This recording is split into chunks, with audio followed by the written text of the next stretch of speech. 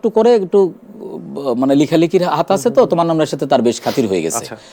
তো শুট শেষে মান্নান ভাইয়ের বাসা হলো গ্রিন রোডের বাসায় পৌঁছে দিব হলো বাচ্চু, তখন কালো ক্যাব থাকে ছিল, তো কালো ক্যাবে করে মান্নান ভাইয়ের যত কস্টিউম টস্টিউম এগুলো নিয়ে বাসার দিকে যাচ্ছে।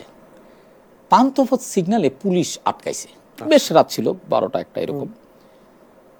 তো পুলিশ আটকালে যেটা হয় ব্যাগ ট্যাগ চেক করে বললো যে কোথেকে আসছেন, শুটিং থেকে আসছে, কিন্তু শুটিং এর তো মানুষ তো বোঝা যায় না।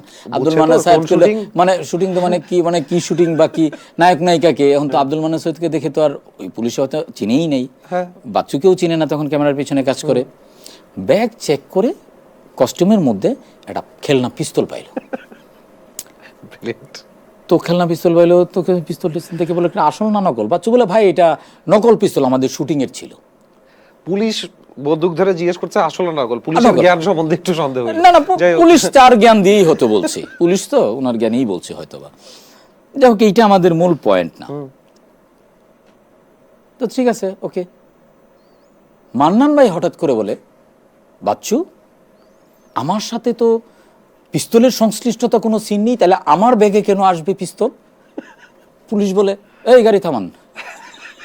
ঠিক আছে, কেন উনি তখন এই সংলাপটা উনি কেন বললেন আমি জানি না এই সংলাপটা কেন দিলেন। পুলিশ বলছে গাড়ি থামেন।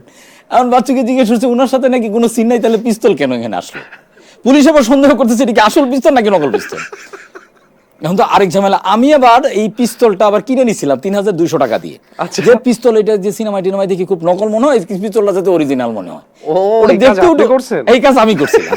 ঠিক আছে, এটার ব্যাকগ্রাউন্ড আর্টিস্ট তাই তো বলি 3200 টাকা দিয়ে খেলনা পিস্তল, তখন এটা পুলিশ কেমনে বুঝবে? তো এটা পুলিশের একটু এখানে ছিল যে ঘটনা তো পেছায় গেল। তাইলে বলতেছে স্যার আপনি বলেন তো কি ঘটনা? বলে যে এই পিস্তলের সাথে আমার কোনো সংশ্লিষ্ট নাই, এটা একটা ষড়যন্ত্র। আল্লাহ মাফ করুক, মান্নান ভাই মারা গেছে। এই ভাষাই বললেন? হ্যাঁ।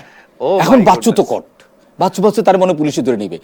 পুলিশ এসে বলতেছে স্যার বিশ্বাস করেন এটা আমাদের প্রোডাকশনের, এটার সাথে কোনো ষড়যন্ত্র নাই। মান্নান ভাইকে বুঝানো যায়, মান্নান ভাই আপনি কি বলেন, আপনার যে ছেলে এই যে অন্তু ও তো এটার সাথে করে, কিন্তু আমার ব্যাগে কেন আসবে? এটা একটা বিশাল ষড়যন্ত্র। সে হাউকাউ শুরু করছে। পুলিশ বলছে চলেন। কোথায় যাবেন? ধানমন্ডি থানায়। তারপর বাচ্চু আমাকে ফোন দিল, বস এরকম ঘটনা, আমি ছাড়ছি। আমি কাকে ফোন দিব? তখন রাত বাজে 1:30।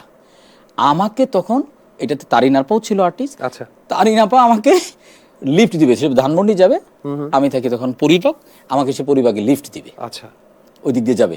তারিনাপাকে বললাম তারিনাপা এরকমের ঘটনা।